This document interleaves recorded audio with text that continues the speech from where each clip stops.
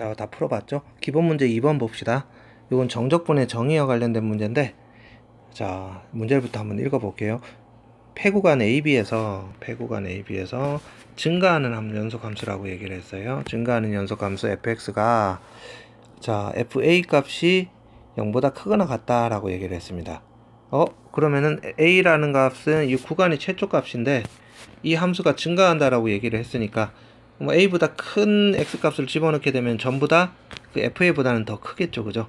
그러면 당연히 그 값들도 전부 다 양수 값을 취한다 라고 할 수가 있겠습니다, 그죠? 그럼 전부 다 이 구간 안에서 fx는 양의 함수 값을 갖는다 라고 얘기할 수가 있겠네요. 자, 이거 정리해두고 넘어갑시다. 자, 그 다음에 이제 계속 읽어보면은 곡선 y 이퀄 fx와 두 직선 x 이퀄 a, x 이퀄 b 및 x축으로 둘러싸인 영역의 넓이를 s라고 하자. 요거는 적분값인 것 같네요, 그죠? 한번 그림을 그려놔 봅시다.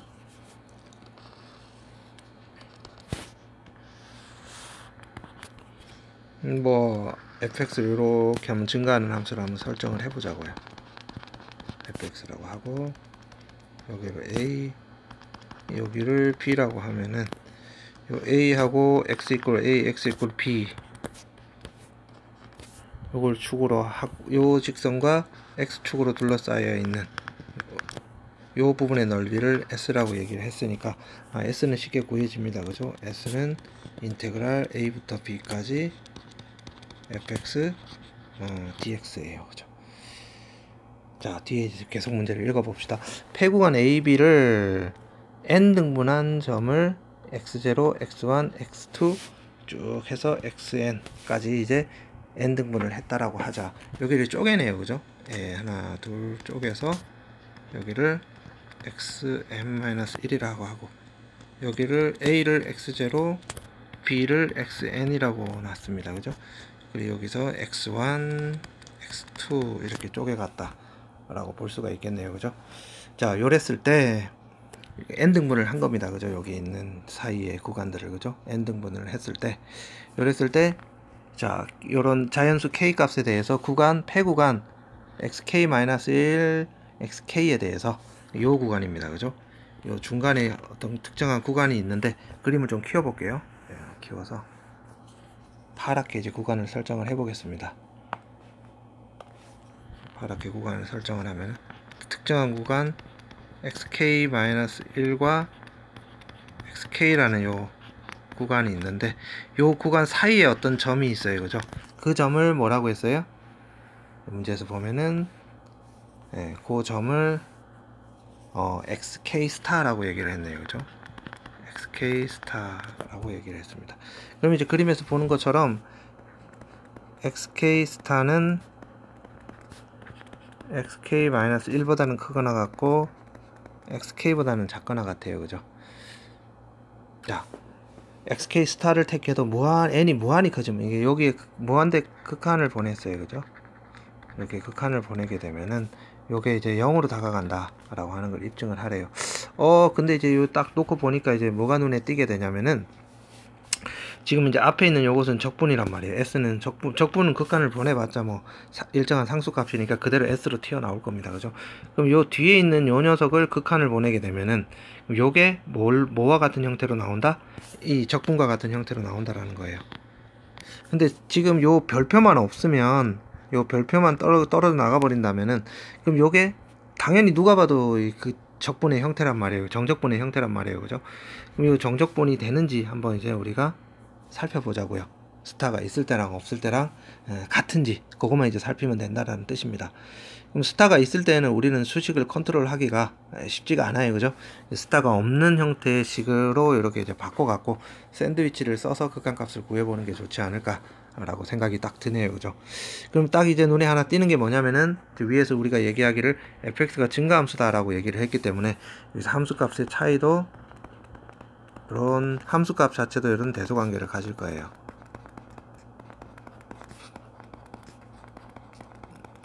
이렇게, 그죠? 그리고 이제 요 안에 있는 식의 형태, 이제 델타값 안에 있는 식의 형태를 만들게 되면 세 항에 전부 다 델타 x를 곱해 줍시다.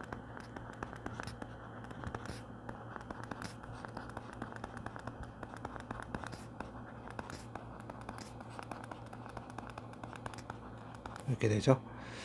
자, 그리고 아까 얘기했듯이 FA가 0보다 크거나 같기 때문에 이 함수들이 전부 다, 함수 값들이 전부 다 양의 값을 가지고 델타 x는 길이니까 당연히 이제 양수 값이겠죠. 그죠?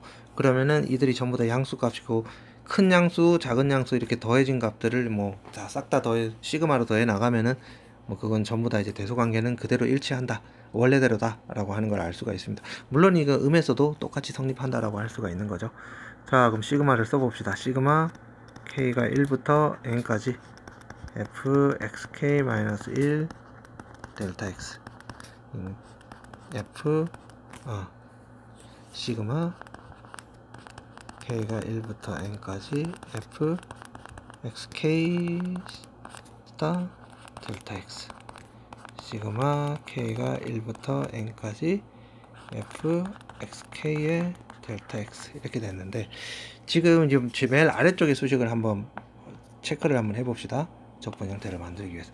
지금 보면은 이 아래쪽의 수식은 k를 집어넣게 되면은 k에 1을 집어넣게 되면은 fx 제로가 나와요. 그죠? 그리고 n을 집어넣게 되면은 어떻게 나옵니까? fxn-1이 나옵니다. 이렇게 나오니까 이 수식을 어떻게 바꿨어도 무방하다라는 뜻이에요. 이것은 시그마 k가 0부터 n-1까지 더해질 때 xk의 델타 x다 이렇게 써도 그쵸, 똑같은 값이죠. 그죠? 동일한 수식입니다. 그죠?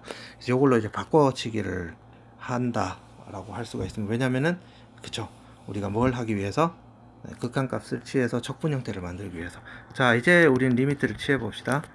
n이 무한대로 갈 때, 여기도 똑같이 리미트 n이 무한대로 갈 때, 여기도 똑같이 리미트 n이 무한대로 갈 때 이렇게 취하게 되면, 이건 우린 정적분의 정의 앞에서 우리 입증을 했죠.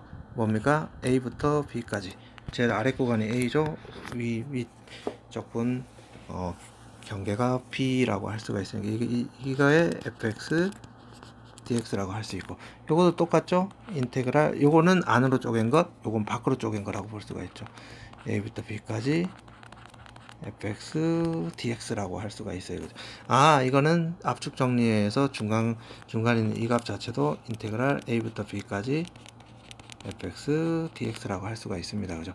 수렴을 하죠. 그죠? 어디로 수렴합니까? 이것은 s를 수렴한다 라고 볼 수가 있어요. 아까 s 구해놨잖아요. 요게.